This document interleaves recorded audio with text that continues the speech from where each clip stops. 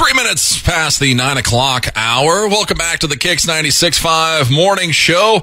We love featuring indie artists on the show. And this morning, we're heading to Massachusetts to chat with singer-songwriter Dan Slyker. Dan just released his debut country EP called 808s and Fishin Lakes. He also just released an awesome video and single, Mexico. It's amazing. Go and check it out. Go to our Facebook page, KIX 96.5, to watch it. But we're stoked to have Dan on the show. First of all, Dan, thanks for coming on. Thank you for having me. It's great to be here. Well, you've got an interesting story. I don't even know where to begin with you, but we'll start at the beginning. Your dad was in the Coast Guard, so you moved all over the place. How did you land in Massachusetts? Why Massachusetts? Yeah, that is a long story. How long do we have? So, yeah, the Coast Guard thing was really cool. I got to see a bunch of really cool places. I lived a lot in Florida, Puerto Rico, Virginia, New Orleans. I mean, all over the place. But, you know, I went to college in Florida, and I ended up walking into a piano bar called Howl at the Moon in Tampa. After I got a music ed degree, and I was like a music teacher. Music people just kind of like don't stray too far from music when they choose a career sometimes. And I just fell in love with this place, and I just had to work there. So I became a piano bar entertainer.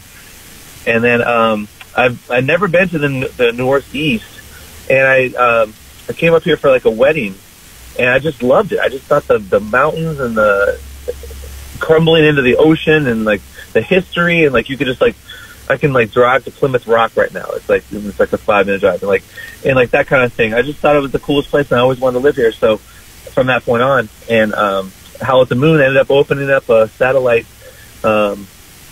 store in Boston, and I auditioned for the job, and I got it. So I moved up here, and I love it up here. I think it's great. Wow. So how long have you been up there? Quite a while? Yeah, since 2010. Okay, so over a decade now. Yeah, if you're listening to him, he plays dueling pianos. He's a dueling pianist, or what do you call yourself, Dan? I guess a piano entertainer, a sing-along piano entertainer. I don't know what they call it, but yeah, dueling pianos is the concept, and it's one of the cool crown jewels of being paid as a musician. Like you can make you can make no money as a musician, or you can make a little bit of money here and there if you can find these cool gems out there. And dueling pianos is one of them. It's really fun. Expands your repertoire big time. Oh yeah, I learn a lot of songs. Everything from Frank Sinatra to Lizzo, I can play. It's pretty kind of weird. Yeah, you got to be an amazing piano player. And it's just more of knowing the tunes and stuff like that. And it's a fun job. I really love it. It's taken me a lot of places, and I've gotten to see a lot of cool things. And it allows me to be a musician and make a little money doing it, because as a musician, it's not one of those cheesy things to say, like, you don't choose it, it chooses you. Like, we're just going to do it, you know? Yeah. Well, I think we're close to the same age, or around that. I mean, you went through the glam rock, you went through the grunge rock era, but you mentioned hee-haw, which I was watching hee-haw when I was a kid growing up. So you always had that little bit of country fire burning inside of you, and you love songs about stories. Yeah, hee-haw was the greatest. I mean, I grew up, my first memories are of going to Disney World and seeing Country Bear Jamboree. There's like, my mom has like the old like a film of me at Disney World, like dancing with the bear, and I went back at every single time. Like that was the one thing I wanted to see. I had Charlie Daniels records when I was growing up, and I watched hee-haw, and like I just always loved country because they are stories. It's like it's the one medium where you can actually tell a cool story, I guess the easiest way. And country music is great in that regard. Tower to the County, great story. Boy Named Sue. I mean, I could go on and on. It's just a great thing for that, and I always love that. And so I'm finally getting to do it, and then I'm really loving it. Yeah, for sure. 808s and Fishin Lakes is out now, but when did this start coming to you? Was it during COVID? Because I imagine you got completely shut down when COVID happened. Is that when you started turning to maybe writing music? Well, I've written music like my whole life, but no one wanted to be in a country band. Like that was one of my first loves, and of course, discovered my parents' Beatles albums, and I was like, oh, well, this is the greatest thing ever. And so I got into rock bands, and like you said, I went to lived through the glam metal stuff, which is so cheesy now when I look back at it. But no one wanted to start a country band, so I just never was playing that kind of music, even though I appreciated the good part of it. And eventually we got to COVID, and I had a dream. I was like, I don't know if people hear songs in their dreams or whatever. This song was playing in my dream. It was like this tropical vacation kind of setting, and this thing was going on in the background, and I was trying to concentrate on the song and disregard the plot of the dream, because the song was really catchy. And then I kind of woke up, and in 3 of the 4 lines of Mexico, I had figured out before I woke up. And then I figured out the 3rd line that was going to be in the middle, and I recorded it immediately, so I didn't forget it. Like, if you're a songwriter, you have to kind of do that. If something pops in your head, you will forget it. But so I recorded it really fast, and that's actually the intro that you hear in the song Mexico. I added a bunch of voices on top of it, so it sounded like a kind of a campfire cowboy kind of thing. But yeah, so I just kind of built upon that, and I was like, well, now that I have the chorus, why is this guy singing this? And then the pretty little thing she wanted to go, I kind of made up the story, and you'll hear it in the song. But then, if I could be long-winded about this, I sent this away to like this company in Nashville that tries to promote songs and get people to record them. Because, I wasn't trying to be like the next country star or something like that. I wanted someone to record the song and make it famous, that kind of thing.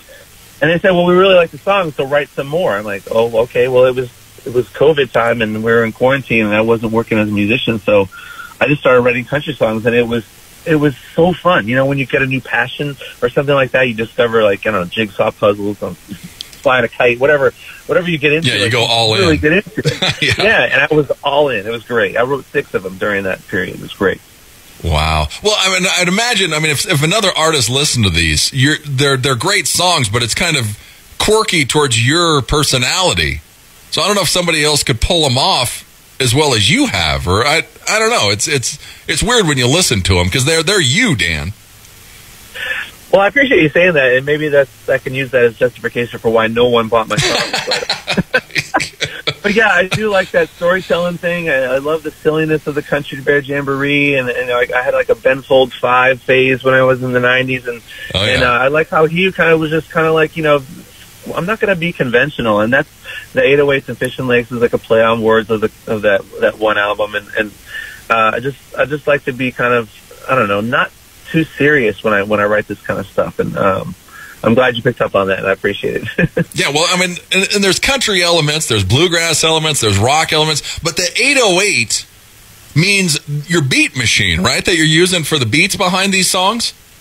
Yeah, the Roland 808 drum machine is kind of like this innovative thing that came out, and a lot of hip-hop artists use it, but a lot of non-hip-hop artists use it. Like Phil Collins used it a lot, like in The Air Tonight, and a lot of his Genesis stuff. And it's just like a cool little drum machine thing that I really like writing with. I like putting that and traditional drums in the same thing, a la Phil Collins. And it's just a really fun thing to play with, and a lot of newer country stuff that if you're looking at some of the things that use the hip-hop elements, they're using that a lot too, and I didn't want to totally go that way, and I wanted to kind of use that as part of my style for this one particular album. I'm not going to do it for every album, but I thought it was a cool theme, and that's what I was writing with when I was writing these songs.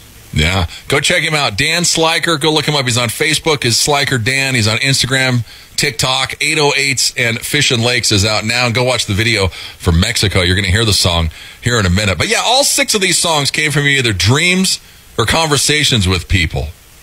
I've heard a few artists say that, they wake up or they're driving their car. I think it's your mind at rest. Was Mexico the first one that came to you in a dream?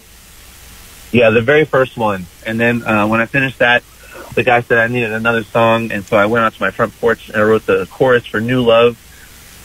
That was just me just talking about my wife, who I love. She's just the greatest. And then I had this idea for a song called Bike. That was a dream one. It's about a motorcycle couple that falls in love, or a guy who's a motorcycle rider, and he picks up this girl and convinces her to go for a ride, and she gets hooked. and they become a couple. And this was like another weird chorus that just kind of happened in my head, and I woke up and wrote it down and recorded it on my phone immediately, just like a little scratch thing so I didn't forget it. Whiskey in the winter was, I was talking with my brother-in-law. He said, "Oh, I drink whiskey in the winter and tequila in the summer." And that's how I heard, "Tekka, tekka, tekka, tekka, tekka, tekka, tekka." It was like a cool little cadence. So I was like, okay, I'm going to write that down, and I'm going to make a song about that later. And I ended up doing it. Yeah, so they kind of just come to you, and I think a lot of songwriters feel the same or have the same kind of experiences.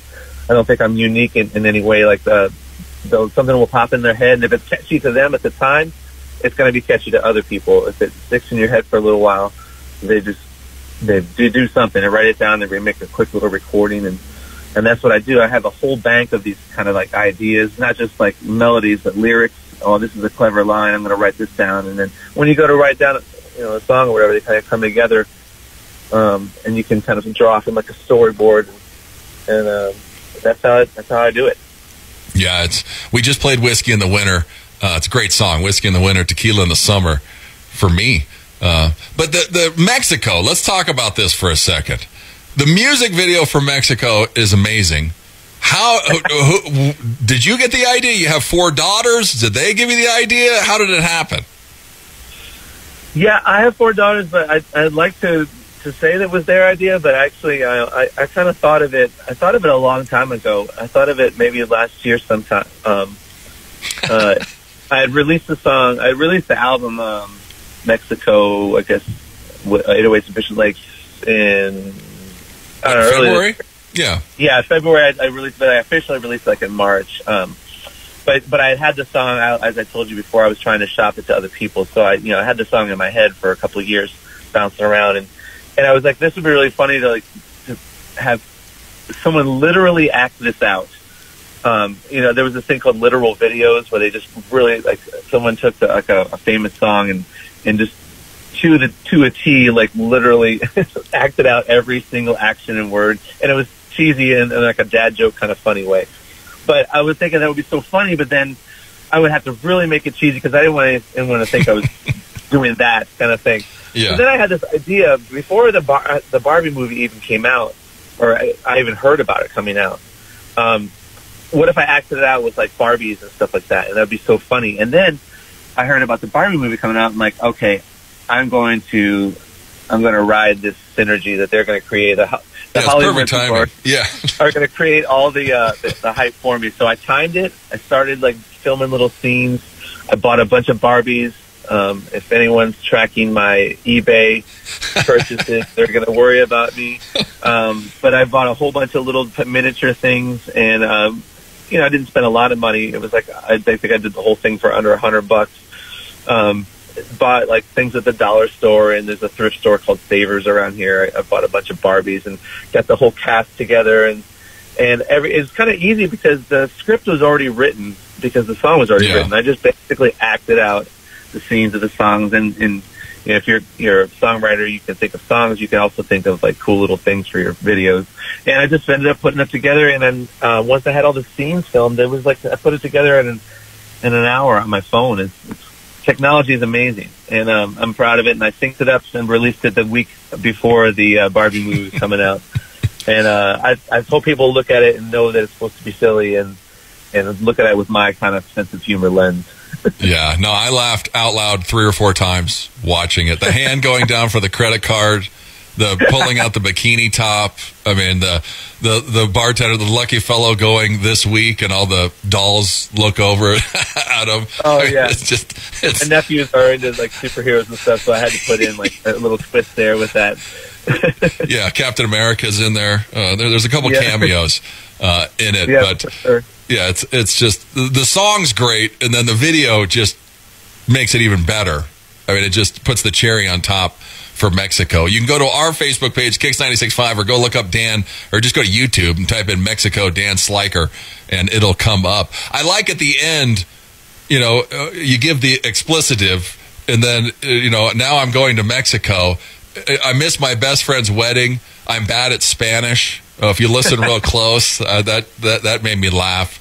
I saw a thing where you said Shel Silverstein is more of an influence to you than music, which it fits perfect for this song. Yeah, he's a storyteller, and he was just so clever.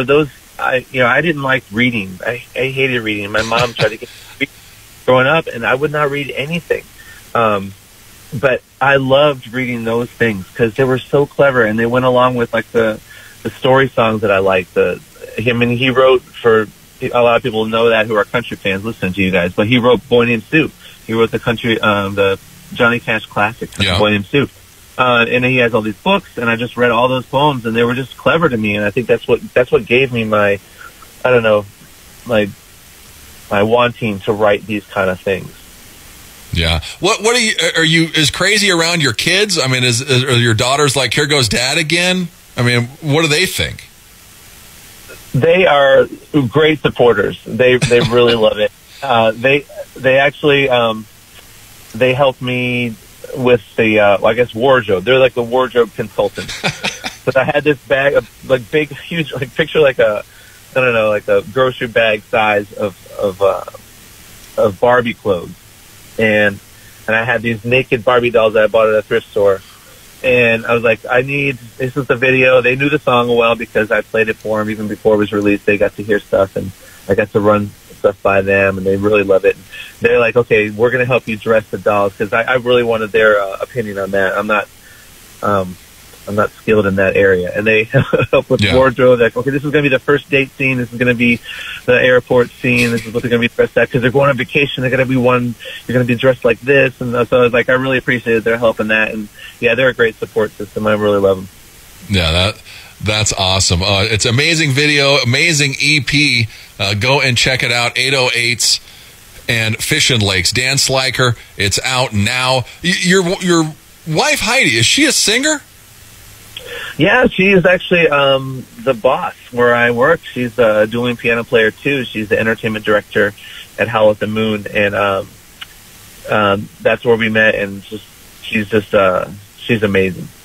Awesome, yeah. Because I saw a picture of her standing between the pianos, belting something out, and I was like, "Wow, that's kind of cool." So there you go. Really cool. Dan blew her away with his keyboarding skills. That's what it was. Well, besides the dueling pianos, have we booked any Dan Slyker gigs yet? So this is kind of like it really keeps my schedule full. Well, yeah, you're busy on the weekends. Yeah, well, but a radio person heard my song in Philadelphia and said, if you're ever out in Philadelphia, come out and play. I would really love to hear your country stuff. So I said, well, I'm really never out there. And then I looked, and my dueling piano schedule has me doing a wedding in New Jersey on a Friday in November. And so I was like, well, I can come out the following Saturday. I'll be there, and I'll just kind of take the night off and play as Dan Slyker. So I have one gig on the books, but I'm looking to book some other stuff in August and kind of do some stuff around here and be able to showcase my country stuff. I know even besides my songs, I know I can play like over 100 other country covers. And so I love doing that kind of stuff. It's easy on the voice. I get to play the kind of music that I like, and it's fun. So yeah, a couple gigs scattered here and there. If this, if this album takes off, I would love to do more. Maybe put together a little tour. I got high aspirations. Yeah. Well, go and listen to it. Go and stream it, 808s and Fishin Lakes, and go and watch Mexico and make him go out on the road as himself, Dan Slyker. Dan, thanks so much for coming on. This has been great. I really appreciate you having me. Yeah, thank you. Mexico, here it is, Dan Slyker. It's KIX 96.5.